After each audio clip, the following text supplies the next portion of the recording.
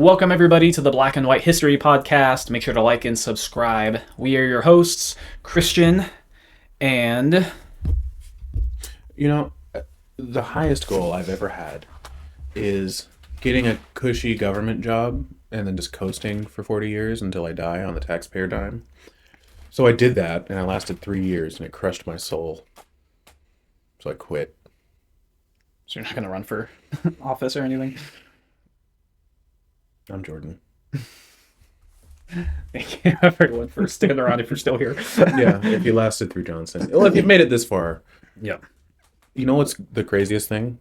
Is that we have more than 100 subscribers.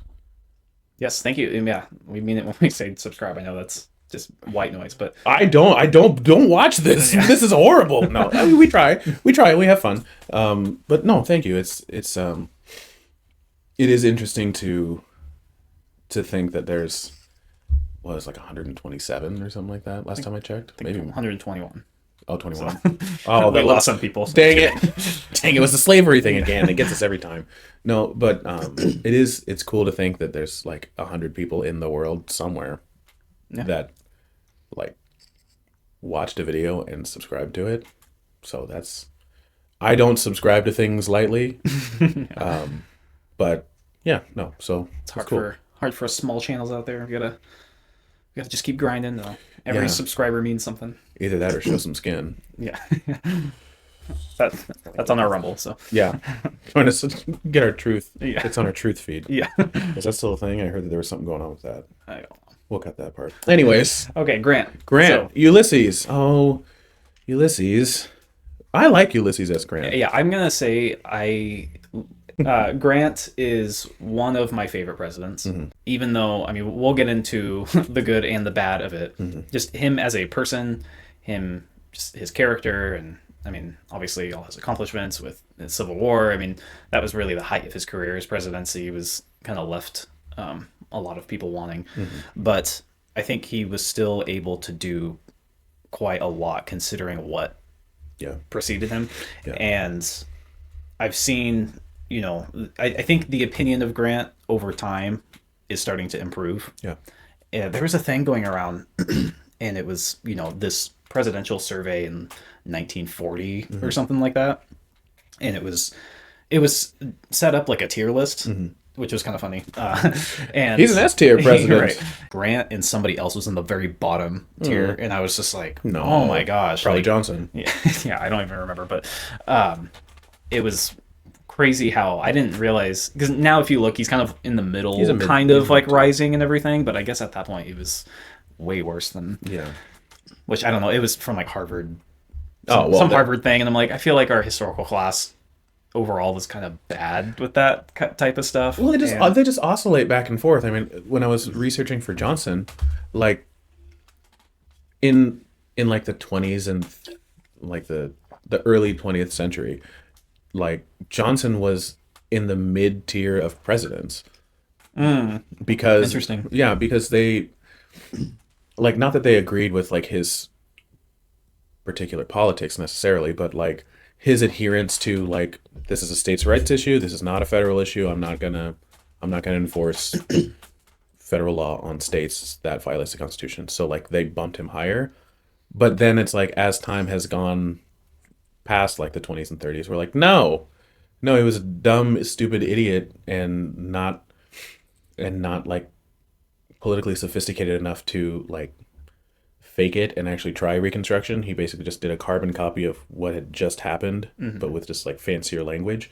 So he's down, way down again. But like, yeah, historians, like anything in the social sciences, it follows fashion and trends, and so like strict adherence to constitutional authority versus a subjective, like, most effective president, or like is the best because people liked him the most. It's like, yeah, I mean, I don't know how much time we want to spend on this, but in my opinion, it appears to me that a lot of these types of historians that rank these type of things definitely favor an administrative state Yeah. and favor more big government, more kind of things like that. So, and obviously, there's a lot to go into people who go to college and they end up being more liberal, So, Well, because they're just, I mean, it's government is systems. And if you are like born, you go to primary school, then you go to college, then you go to grad school, then you go to law school, then you work with the government, in the government, and then you go back to education and teach, history right. or law or And politics. that's why you have someone, Woodrow Wilson, who is probably the closest to a socialist president we've ever had in the top 10 Yeah. on, Yeah. C-SPAN and things So like that. people, like, it's just a human thing. Like, we like things that are similar to what we like. So if you're born and raised in a system and someone supports and expands the system that you are in and live in and benefit from, like, you're going to, not even necessarily consciously, just be like, yeah, that guy made my life better. So, and not like everyone, I would give some credit where they're able to be somewhat objective, but like everyone has biases and opinions that they don't even know about that affects their Right. outlook Yeah. on things. So it makes sense, but it is like, it's subjective. So like the reasons I hate John Adams don't make sense. I just don't like him. So like if you rank him, he's probably a better president than Johnson, but is he like, he's probably about the same as Grant, but like objectively, historically, he's like a better president, whatever, than Grant. So yeah, I think, again, we're talking about the Reconstruction era with Lincoln, Johnson, and then Grant. And Grant really had it. Reconstruction is really about how do we integrate the Southern states after the Civil War, and how do we homogenize 4 million former slaves into a system of government that doesn't want them, doesn't like them, and doesn't really know where they're supposed to like be placed in the hierarchy. Like, what are they like? They have more rights than dogs, but like less than women. So like, I guess what do you get? So like, and again, it's 1860. Well, no, we're in 1868, but that's the fundamental problem with Reconstruction. And we saw Lincoln. We kind of touched on it in the last episode. Lincoln had a pretty soft plan, but he always had kind of like the big stick of like federal enforcement on it. And then you had Johnson, who was very hands-off, laissez-faire. We're going to let the South come back in. No, you don't really have to recognize the 13th Amendment. Yeah, you can rewrite, old slave laws into the black codes and just switch the word slave for Negro. And it's totally fine. Whatever, I don't care. All the old leaders of those old states who seceded, yeah, you can come back and be in Congress again. It's fine. So that was Johnson. That didn't work. So Johnson has one term, predictably. Not even one term. He has like 3/4 of a term, gets impeached, does nothing.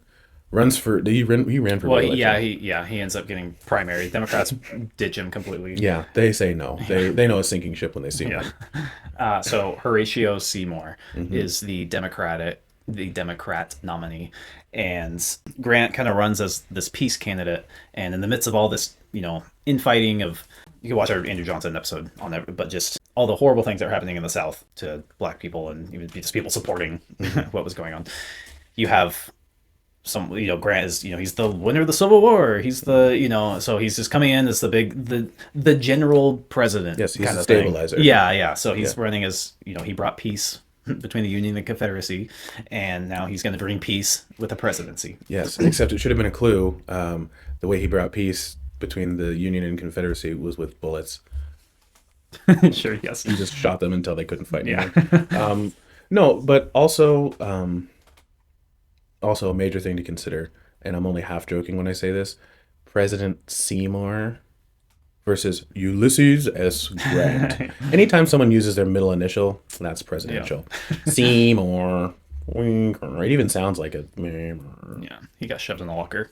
I'm going to be president one day. Shut up, Seymour.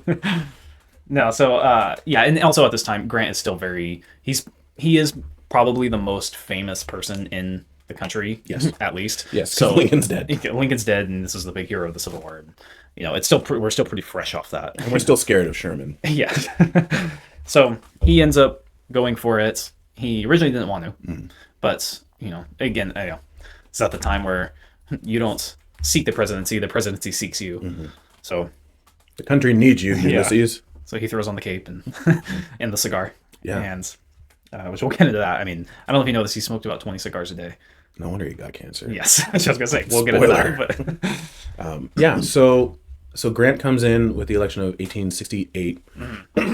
He ends up serving 2 terms, but yeah, he comes in and it's well, hold on. So during the election cycle, so Horatio Seymour, we mentioned in the Johnson episode, Seymour is the guy who really wanted to campaign on the idea that, okay, fine, 13th Amendment sounds good. Let's scoop up all these free people and just throw them into an island somewhere. Yeah. And let them figure it out. Just, why don't we take all the black people and put them somewhere else? Yeah.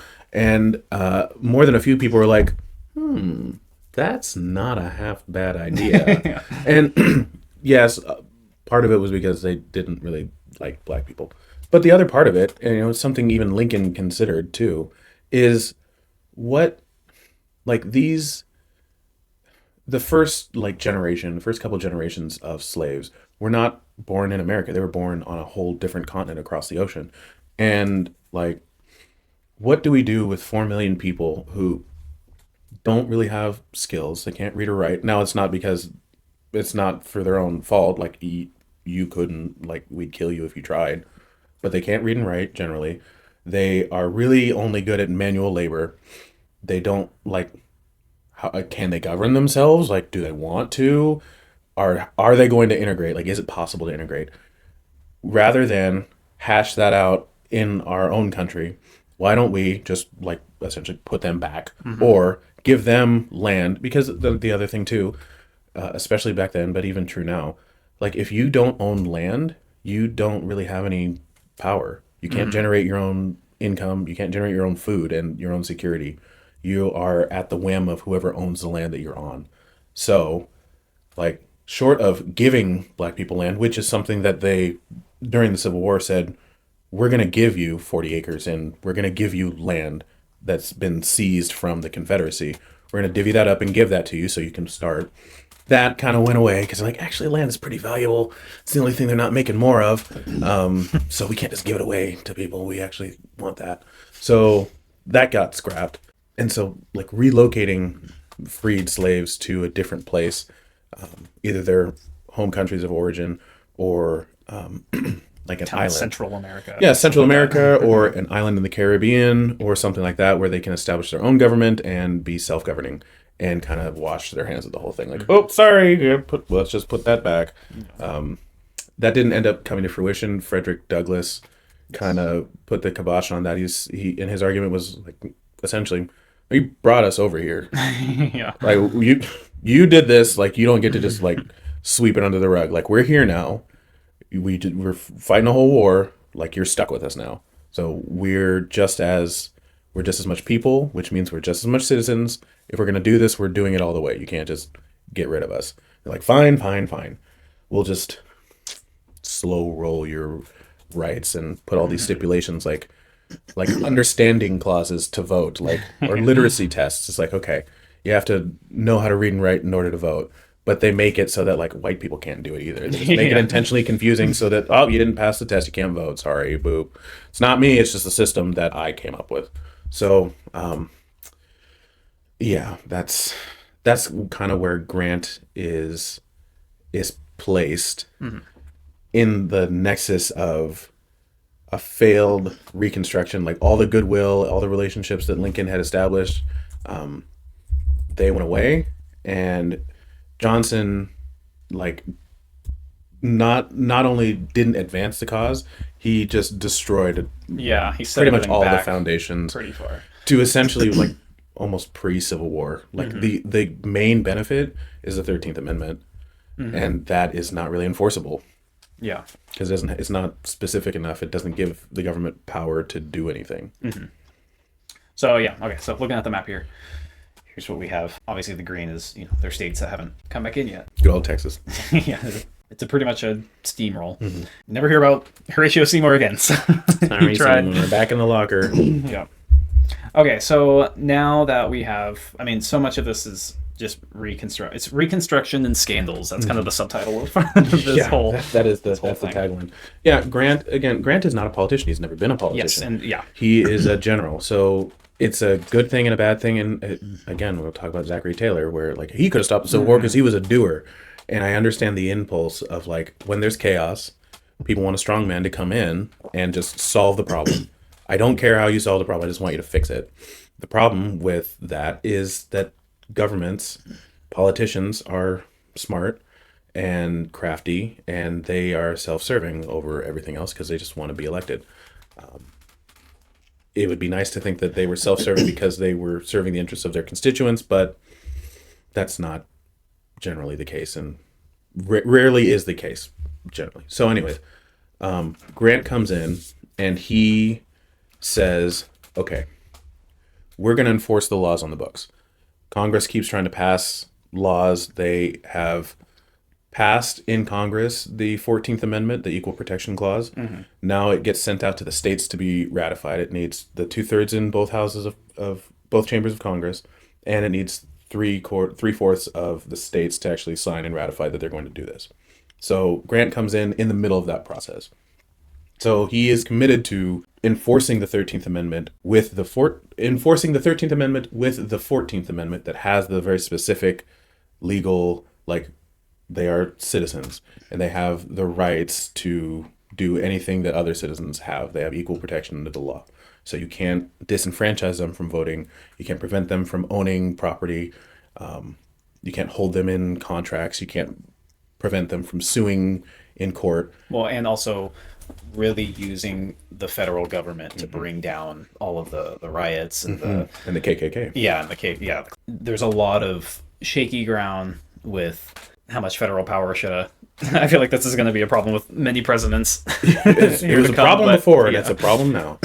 But just having to really rely on the federal government to fix what's going on, and so the whole idea of we'll just let the states decide. That's pretty much been pushed to the side through Grant's presidency, and I don't know. I feel like we're both kind of pretty smaller government, maybe generally depending on what the thing. I don't know. I trust people to make decisions in their own interest, just as a general rule. Which means that if I am the one who makes the decisions for my family and what goes on in my house, then I am the best informed and most invested in positive outcomes. Someone who has never met me or seen me or knows where I live or what problems I have is necessarily not as invested in my individual family's success and prosperity than I am. So I don't blame people for being like that. Like Maria Cantwell doesn't know who I am. She cares about what she cares about. That I don't blame her for that. But that also means that I can't trust her to act in my best interest because she doesn't know me. Like that's it. It's not like she's a bad person. It's just she's not me. So that's what Johnson tried to say. Like, hey, let the South decide what's best for the South because they're in the South and they get to make their own decisions. The problem is that they're making decisions that affect millions of other people in a way that Congress has already decided we don't want that. And we just fought a whole war about that. So you can't just throw your hands up and hide behind a legitimate legal framework of the Constitution for states to have their own autonomy. That we just tried that and it had disastrous consequences. So now Grant comes in and he says, strong central government. I'm coming in, I'm using federal troops. I'm establishing the Justice Department to come in and actually go in and enforce those laws so that everyone actually does have equal access to vote and you can't stop them from voting. Because if I leave it up to you, you're not going to do it. You're not. That's not in your interest to do. But the federal government exists to make sure, now with the 14th Amendment, that every right that is listed in the Constitution applies to every citizen, no matter where you are in the country. That's what I'm going to do. And I'm going to use force to do it, which is rough, but... Yeah, well, and also it's, it was Thomas Jefferson's, his presidency that put in the federal government having permission to take out an insurrection. Oh, yeah. The Insurrection Act? Yeah, the Insurrection Act. I think that's just what it's called. I was thinking it was... If it's an old law... Okay, fun factoid. Like, the modern sort of naming convention of laws, like make them cool acronyms, or Right. the act to preserve family unity and Yeah. freedom, but it actually just like The FDA. it just mandates that raw sewage get dumped into drinking waters. Yeah. Like renaming laws and bills to make them sound really nice because no one's going to read them. That was like a modern thing. Like when back in the day, if it was about stopping insurrections, we called it the Insurrection Act. If it was about like alien and sedition, it was the Alien and Sedition Act. Right. And if it was intolerable or about stamps, it was just called the Stamp Act. What's the act about? It's about stamps. I don't like how Tar much. and feathered. What do? You throw out tar and you throw out feathers. Knock, knock, who's there? Big fish? Big fish, shoot. I hate your name with big fish. Well, it's on the nose. Oh, The Amanda Show. Simpler times. I gotta put a clip of the Amanda Show in this. Yeah, put the big fish clip in there. I'm trying to find it. You can find the big fish clip. Hey, knock knock. Who's there? Fish. Fish who? I'm gonna hit you on the head with a fish. Okay, so yes, Grant. Yes, big fish. Using Right. what has already been established, so you can't fault him for just creating all this. No, he was following the law. He said, was "Oh, following the law, but law's there." also, our country is still in a crisis that we haven't seen and that we're not out of yet. Yeah. And so, yes, of course, that's going to make a lot of people nervous. It's going to lose them a lot of support because you're invading, and kind of how the Civil War was even started. Like, I don't even care about slaves. It doesn't really matter to me. Please get out of my town, Union soldiers. I don't want you around here. Yeah. And so it's kind of a react of that, basically, because of what's going on. And Good thing it's Grant, because that wasn't but like 8 years ago that I was just here. you're right. Yeah. And obviously a lot of debt, I was going to mention that, is starting to rack up because it's a lot of money and he's beefing up the National Guard and the Army and everything to go and try to put all this down. And yeah, so he has what's known as the Enforcement Acts. And What was that about? Enforcement. Yeah, there you go. So kind of what you said, protecting black voting rights and allowed federal supervision of elections. And so there's, ballot stuffing and stuff like that was going on. And Voter intimidation. yes, voter intimidation. Yeah, it and- turns out when you have a bunch of freed slaves and they make the KKK and a bunch of people in white hoods and cloaks are standing around the polling place, black people don't want to go vote. Yeah. That's weird, isn't it? Yes, and at the same time with that is you have the Klan is one of the enforcement acts is declaring it as a domestic terrorist organization. So now the military has the authority to take them out as any means necessary. And they did. That's the thing. Keynote on definitions of terrorism. Terrorism is basically breaking the law, breaking an established law for the purpose of influencing someone's political decisions. So like, it's one thing for me to beat you up because I don't like you. It's another thing for me to beat you up so you don't go vote. That's because I'm not just infringing your rights. I'm infringing your rights in regards to a political or social thing. Yeah, that makes sense. Just a factoid. And then I know you have a lot to say about habeas corpus, but he does suspend habeas corpus. Like father, like son. But this time, and we can get into if no one's seen the Abraham Lincoln stuff about that, don't know about that. Which, But, why are you here if you haven't seen that one? but this time he actually uses Congress. He goes about it the way that it was. Yeah, well, supposed because to he be. can't now.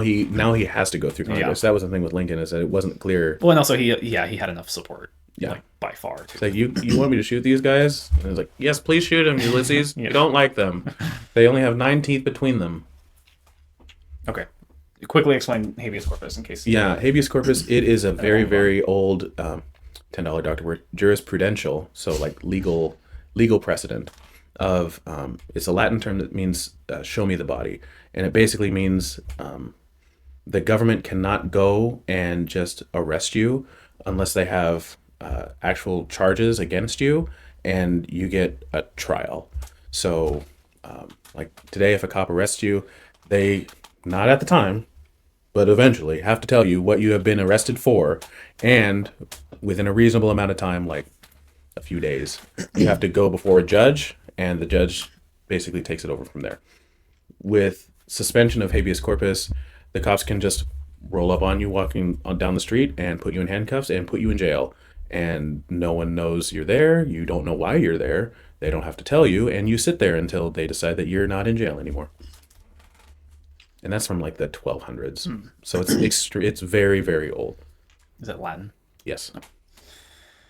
So that happened. That happened again. So this is all within his first term. And we'll get into in his second term in particular where things really start to come undone. But if you've noticed, we haven't talked anything about the economy. Yeah. We haven't talked anything about foreign affairs. No, we're just shooting people. It's fine. It's all just this one thing that he's focused on, which ends up being a big nightmare for him in his second term. So again, he's a military man. He says there's a mission. We're doing the mission. I don't care what it takes. I don't care. I don't know about taxes. How much? Taxes? Just write the check, nerd. So he then goes in for his second term, which it's against. Okay, this is a weird thing. I forgot about this. Okay, so Horace Greeley, who he goes against. Another nerd. Yeah. Horace. And he's even got glasses. Boo. So it's this new party that the Democrats try to make happen. It's like they try to take the extreme parts of the Republican Party, like the radical parts of it, and the southern hardcore Democrat parts, and try to create a hybrid party out of it. And so it's just known as like the liberal Republican Party, but it's endorsed by the Democrats. So the Democrat Party doesn't actually have anyone running. Like that's their guy. They just go, yep, Horace Greeley. That's our guy. And so basically, which is like, well, how does that make any sense? It doesn't make any sense. I mean, it doesn't. But their idea is just put Republican on it and people will vote for it. Yeah. It's like the South doesn't like what's all this federal power coming into the southern states. And a lot of the radical Republicans just think it's costing too much money and there needs to be direction pointed elsewhere in other parts of our country. We do have a whole other country to run. And so both sides of that do agree on that, basically. And so that's kind of their, okay, let's put him up. Let's see how he does. That's what we got. And, well, it doesn't work because why would that work? And also, Horace Greeley, right after the election, while they're still counting all the votes, he dies. That does put a bit of a damper on him becoming president and being dead. So he ends up getting no electoral votes, except for Joe Biden, though. Yeah. Rumble. Put that in the rumble. Just cut that part. So he ends up. So Georgia, even though he dies, they still try to go forward and try to cast their electoral votes towards him, and they're just like, yeah, I don't care, let's do it anyway. Well, and then it doesn't repeat, but it does rhyme. Yeah. Speaking of, put that on the we're gonna get canceled. Like we haven't been already. Yeah. We got 100 subscribers now. You can't touch us. Shut down. Yeah. So anyway, that ends up just falling apart, and Grant just kind of walks into the presidency. But if he didn't die, he would have won anyway. But it is crazy that someone with such poor health who died in the same month as the election, he wouldn't have even made it. Horace, what do you think about taxes? You don't look so good, Horace. He's fine. Okay, so the one thing that the liberal Republicans do have on Grant, though, and this is where we can start kind of getting into this kind of stuff, is there's a big scandal happening with the federal government and how it's managing building railroads, the railroad system. The credit mobiler scandal. So basically you have all these railroad insiders and they start overcharging the federal government to build railroads. Because why wouldn't you? Yeah, but people in Congress know about that, and so they're being paid off by part of the overcharge on it and everything. And so this ends up being a huge snowball problem with Grant's administration. And this is kind of a big lack of, just a real poor part of his character is that he's just way too trusting. Yeah. And a lot of the people in this cabinet, we haven't mentioned this yet, but are, friends and they're, other military people that he knew. And, I'm dealing with, the Klan. You guys deal with this railroad stuff. Sure, Ulysses, we got it. Yeah.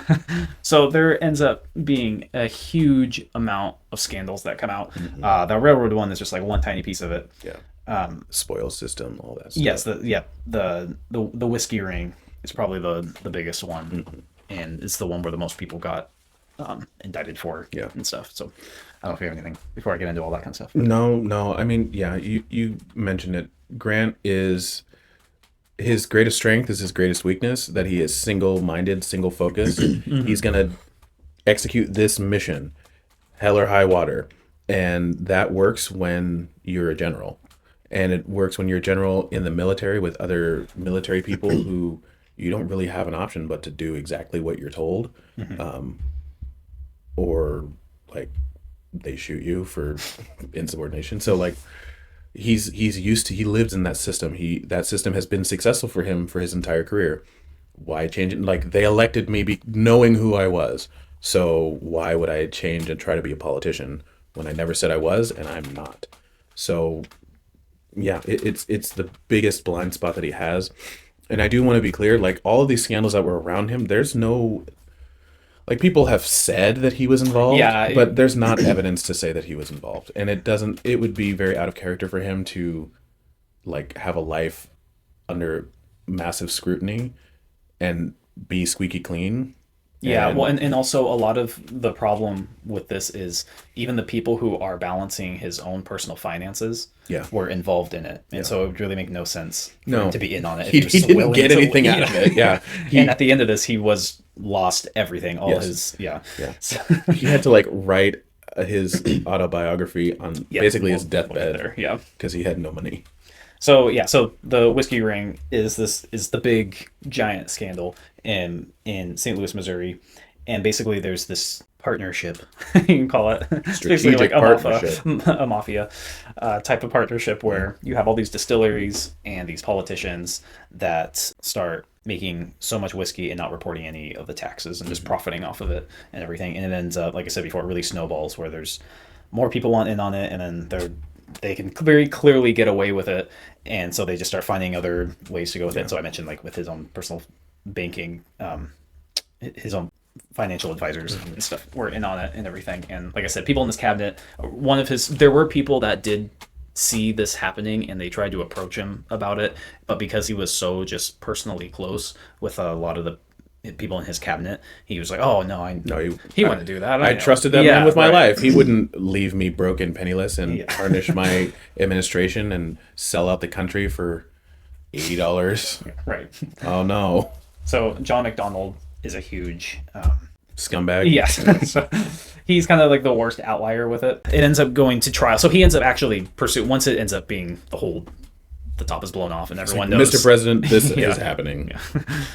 He ends up leading or allowing a huge trial to go on, and this takes up a huge part of his presidency. And over 200 people were jailed or indicted in some way. Orville E. Babcock was the biggest culprit. That's who I was thinking of earlier.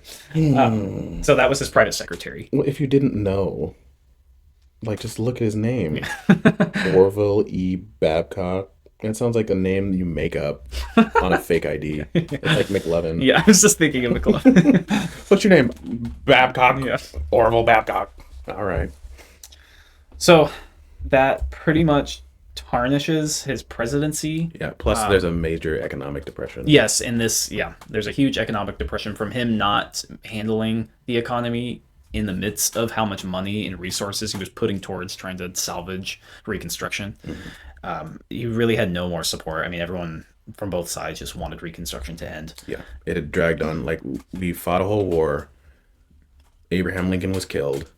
Then we had to go through Johnson. And Johnson is really the worst outlier. That's like him just dumping so much gasoline on this whole thing. It's I do wonder what it would have looked like if Lincoln just served both terms and then Grant took over from them. It would have been that probably would have been the better scenario. Yeah, if Grant was even needed for enforcement. Right, that's true too. So yeah, I mean, he did serve in Johnson's for a bit in his cabinet, so he was kind of he wasn't just picked out of nowhere. Grant, there he is. Please, can you run for president? Like, he was still in the midst of what was going on. Yeah, but like a cabinet level is still an executive. He still has a specific job, and he just does that job, and he doesn't have to worry about what other people are doing.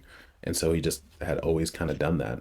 And yeah, like you said, by this point, like we're in 1870, like the early 76, the early mid 1870s, and there's a depression. There's all these scandals, and people like we're 10 years out from the Civil War, and it's one thing to just like Grant is a perfect example of like when the cause is just, but there's no more political will. Like the people are just exhausted from it. Congress has been fighting the presidency. We're passing constitutional amendments. that takes work and political capital. And then Grant is just hard charging, like, yeah, he's doing exactly what he said he was going to do, but like we just don't have the stomach for it anymore. We just can't keep doing it. And the people, like, it's easy to get people to do like big radical things when it's a fresh issue and the iron is still hot, but now it's way cooled off. And like, I don't know if you've ever done like blacksmithing or metal work, but like you have to work it while it's hot. Right. Yeah. And if it gets cool, well, now you're just hitting a solid piece of steel. Like, it's not going to do anything. And that's basically what Grant turned into in like the last 2 years of his presidency. He didn't have any capital left to spend. And honestly, even if he did, the people are just kind of tired of talking about the freed slave issue and what now. Oh, they do we just give every black person a puppy now? Like, what? We're gonna pay for it? Like, I don't even care. I never cared, and you're making me care and pay for it. Like, I'm done. So it Well, yeah, and it's unfortunate that because it's, you know, he did take down the Klan and he did make a lot of progress, but unfortunately him leaving office is what then jump started, you know, Jim Crow laws and things like that. So it just goes to show that there was so much more that needed done. Yeah, they really didn't like black people. Yeah. Like, really didn't like them. So he ends up you know, he ends up not running again.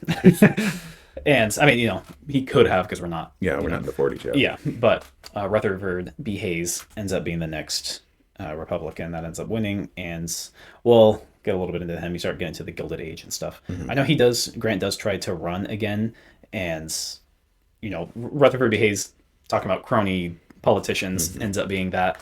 And so then they're like, oh, wait, where's Grant? Maybe we can get him back. And so he ends up trying to run, and then He's old and tired and sick. He's And poor. Doesn't end up going anywhere. He doesn't even get past the primaries. And then, he's ends up getting cancer From the very 20 aggressively. cigars. Yes. And so I saw somewhere where he described drinking water when it got really bad near the end of his life was like, he described it as trying to swallow lava. Oh, that's terrible. Yeah. So you have that, and you have all of his finances. He has nothing left to give, you know, for his kids to inherit. And so he ends up, this is really random, but he is pretty good friends with Mark Twain. Yes. And Mark Twain helps him. He gets a part of his publishing deal to start writing his memoirs so he can try to rank up as much cash as possible so that he could leave it for his family for when he dies. And once he finishes it, he had thought about for a while, and a lot of people were like, oh, you should write an autobiography, you should, you know, and he just kind of never really got around to it until that happened. And then it was like, okay, where's the pen? Yeah, let me just get that. And I guess I haven't read it. I haven't read all of them. I have read some of them. I hear that just like very like fact-based, like all verbs, like this happened and then this happened and then I went here and then I did that. I mean, most autobiographies, I don't really read a lot of autobiographies because I'm like, well, of course you would say it like that. Yeah. I want to read from a secondhand source. Yeah. Who, you know. Someone who's not you. Yeah. So, but I have read some of them, but it ends up being a huge success, and he dies just like a couple weeks after he finishes it and everything. So Finish the mission. yeah. Good job, Ulysses. Mission accomplished. No flight suit though. Press E to pay respects. So, you've seen that. That's F. F in the chat. Yeah. Sorry, Ulysses. I like him.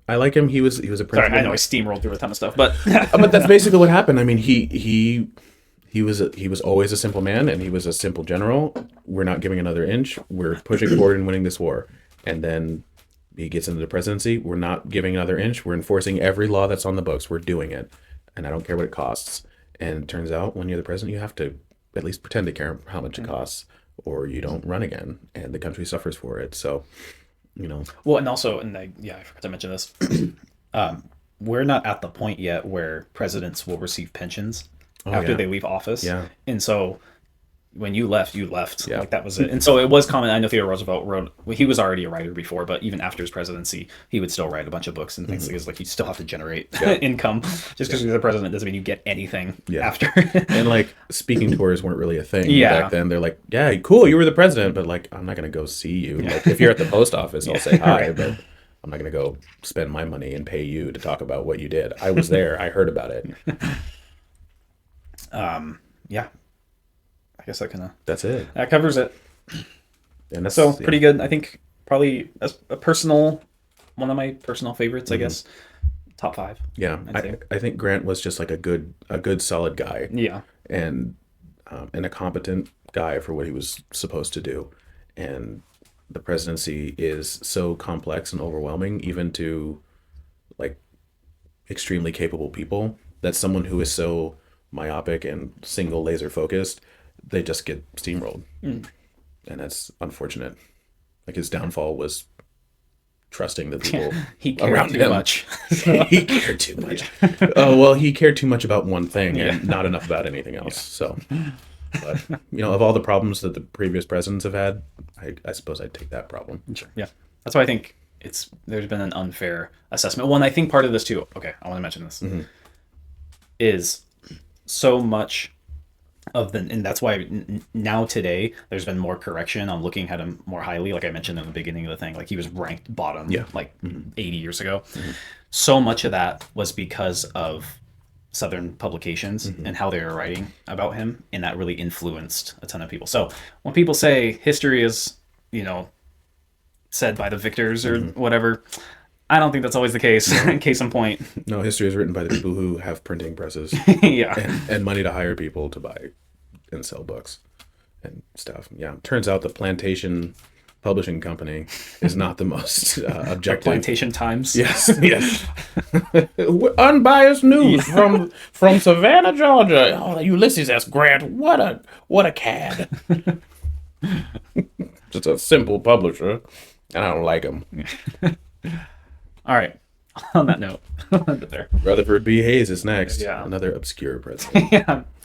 Well, I'll put an effort. Well, that's okay. World War I will come soon enough, and we'll have more to talk about. Okay. Thanks everyone for listening. Like and subscribe.